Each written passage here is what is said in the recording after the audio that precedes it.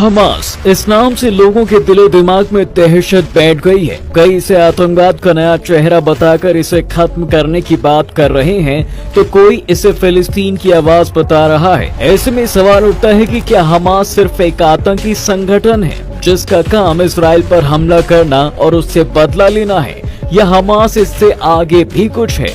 अभी तो हम सभी जानते हैं कि शांतिपूर्ण तरीके से विरोध करने वाले फिलिस्तीनी लोगों को हथियार उठाने पर मजबूर कर दिया गया, लेकिन इसकी शुरुआत साल 1918 में तब हुई जब ब्रिटेन, अमेरिका और यूएन ने मिलकर उस जमीन को बांटने और वहां पर एक नया देश बसाने की कोशिश कर दी। और इस जमीन के ताल्लुक दुनिया के 3 धर्मों से हैं, जिसमें मुस्लिम, यहूदी और क्रिश्चियन धर्मों का जिक्र आता है।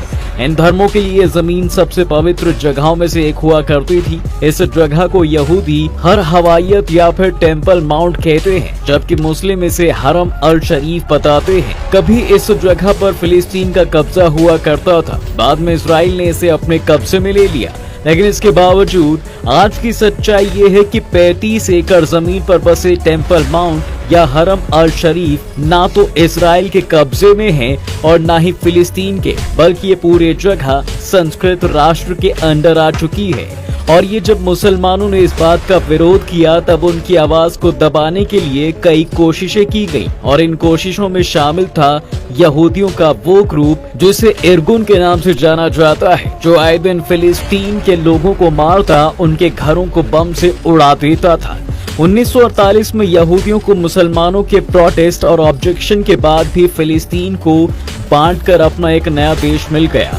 तब भी इरगुन और उसके जैसे दूसरे कट्टरपंथी ग्रुप्स ने फिलिस्तीनी लोगों पर हमला करना बंद नहीं किया, बल्कि जब 1948 में इसराइल ने फिलिस्तीन के इलाकों पर कब्जा करना शुरू कर दिया था, तो इरगुन ने कई गांवों पर बुलडोजर चलवाकर उन्हें तबाह कर दिया था। ऐसे ही एक गांव में 12 साल का एक बच्चा रहता था जिसका नाम शेख अहमद यासीन था, और उस वक्त बुलडोजर से उजड़ते इन घरों में यासीन का भी एक घर था। बस उसी दिन यासीन ने इसराइल को खत्म करने की कसम खा ली। इसके बाद वो अपनी पढ़ाई करने के लिए इजिप्ट चला जाता है, लेकिन फाइनेंशियल कंस्ट्रेंट्स खराब होने की वजह से उसे 1957 में ही वापस गाजा आना पड़ा, जहां उसने अरबी और इस्लाम की पढ़ाई की, जिससे वो इजिप्ट के मुस्लिम ब्रदरहुड के कांटेक्ट में आ गया। इसके बाद वो गाजा में एक धार्मिक नेता बन गया। उसने गाजा में एक मुजामा नाम का एक चैरिटेबल ट्रस्ट शुरू किया, जो उस वक्त गाजा में कई स्कूल्स और हॉस्पिटल चलाता था। पर हैरानी की बात तो ये है कि तब इजराइल फिलिस्तीन लिबरेशन ऑर्गेनाइजेशन यानी PLO के नेता यासीर अराफत, जो कि former president of the state of Palestine थे, उन्हें काउंटर करने और आगे बढ़ाने से रोकने के लिए इजराइल ने मुजामा को मान्यता तक दे दी थी। साथ ही वो अपने फायदे के लिए यासीन की मदद भी करते थे और उसके बदले फिलिस्तीन पर अपनी मर्जी चलाते थे। लेकिन जब 1983 में यासीन ने इजराइल को रोकने की कोशिश की, तो उन्हें 2 साल की जेल की सजा सुनाई गई। इसके बाद उन्होंने 1987 में इजराइल को रोकने के लिए हरकतुल मुकावमतुल इस्लामिया यानी हमास की शुरुआत की, जिसका मकसद फिलिस्तीन की आजादी और अल अक्सा मस्जिद को अपने कब्जे में लेना था। अपने शुरुआती सालों में हमास भी दूसरे फिलिस्तीनी ग्रुप्स की तरह प्रोटेस्ट करता था, लेकिन इसके बाद 1990 के में हमास ने खुद को 2 पार्ट में बांट लिया और एक पार्ट का नाम दावा रखा। इसका काम फिलिस्तीन के लोगों की मदद करना और गाजा में स्कूल्स, हॉस्पिटल्स और दूसरी चीजों को चलाना था, जो आज भी गाजा में लोगों की मदद करने के लिए काम करता है। साथ ही दुनिया भर के मुस्लिम देशों को खुलकर इसराइल के विरोध के लिए तैयार करता है। इसलिए हमास ने अपने लोगों को दुनिया भर के मुस्लिम देशों में भेजा है। इसके बाद हमास ने इस आदिन अल कसम ब्रिगेड्स नाम से अपनी एक आर्मी बनाई, जिसका काम इसराइल से जंग लड़ना था। लेकिन आगे चलकर यही हमास की पहचान बन गई, क्योंकि हमास की इस आर्मी ने कई बार इसराइल के खिलाफ लड़ते हुए इसराइल के बेगुनाह लोगों को भी मार दिया। यहाँ तक कि हमास इसराइल के मिलिट्री ठिकानों के अलावा इन इलाकों में भी आए दिन रॉकेट बरसाता रहता है, जहां इसराइल के आम लोग रहते हैं। साथ ही हमास ने कई बार बेगुनाह लोगों को किडनैप करके उन्हें या तो मार दिया या उनके बदले अपने उन खतरनाक साथियों को छुड़वाया,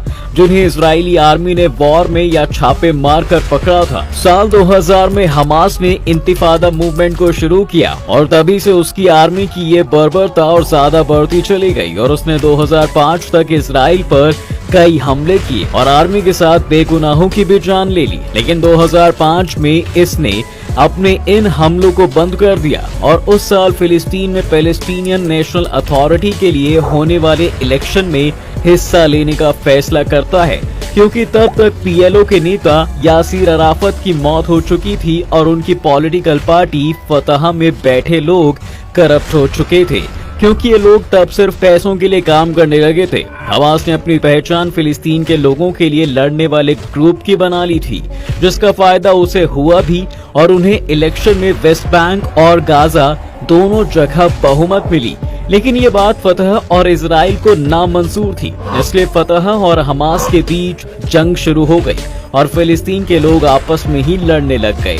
कई दिनों की लड़ाई के बाद भी जब कोई नतीजा नहीं निकला, तब फतह और हमास ने वेस्ट बैंक और गाजा को बांट लिया। तब से वेस्ट बैंक पर फतह और गाजा पर हमास का कब्जा है, जिसका फायदा आज भी इसराइल उठाता है, क्योंकि जब भी फिलिस्तीन में उसके कब्जे और जेरूसलम पर बात होती है तो इसराइल ये कहते हुए बात टाल देता है कि जब तक गाजा से हमास को खत्म नहीं किया जाता तब तक वो इन मुद्दों पर किसी से कुछ बात नहीं करेगा और अंदर ही अंदर कोशिश करता रहेगा कि फतह और हमास कभी एक ना हो पाए। साथ ही वो दूसरे मुस्लिम देशों पर भी ये प्रेशर बना के रखता है कि वो हमास का साथ ना दे। हमास ने इसराइल के साथ जंग लड़ते हुए दोस्तों कई बेगुनाह लोगों को जान से मारा है और ये बात किसी से छिपी नहीं है। लेकिन जब इसराइल और हमास के बीच जंग होती है, उसका खामियाजा दोनों तरफ के बेगुनाह लोगों को उठाना पड़ता है।